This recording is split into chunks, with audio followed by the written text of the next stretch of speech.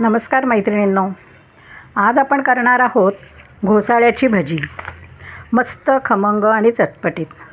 मला वाटतं घोसाळ्याची भजी ना आपल्याकडे फार क्वचितच होतात, पण जर घोसाळ्याचे आपण गुणधर्म बघितले तर घोसाळ्याची भजी किंवा भाजी नेहमी करायला हवी असं तुम्हाला नक्कीच वाटेल. घोसाळ्याचा रस हा कफावर आणि वजन कमी करण्यासाठी फार उपयुक्त आहे. घोसाळी ही भाजी पचायला अतिशय हलकी असते. मसल्स मजबूत होतात, त्वचा तजेलदार होते आणि मुख्य म्हणजे त्याच्यात आयर्न खूप असतं.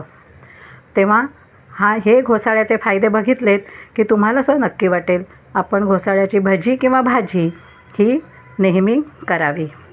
चला तर मग आता भज्यांकडे वळूया. पहिल्यांदा घोसाळी चिरून त्याचे काप करून घेतले. 2 वाट्या बेसन आणि अर्धा वाटी तांदळाचे पीठ घेऊन त्यामध्ये लाल तिखट, हळद, हिंग, मीठ, ओवा हे जिन्नस घातले.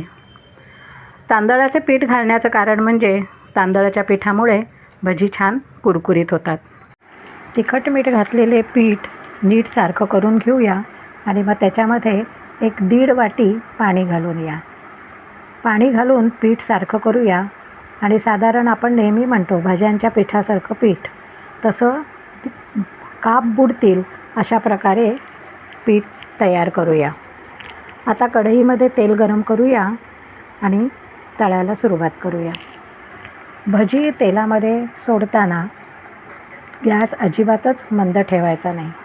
जर गॅस मंद ठेवला तर भजी त्यामुळे तेलकट होतात. त्यामुळे गॅस मंद न ठेवता मीडियम ठेवावा, म्हणजे भजी छान कुरकुरीत आणि बिन तेलाची अशी छान आपल्याला मिळतात. बघा कशी छान भजी तयार झाली. तुम्हीही करा आणि चटपटीत भजी खाण्याची मजा घ्या.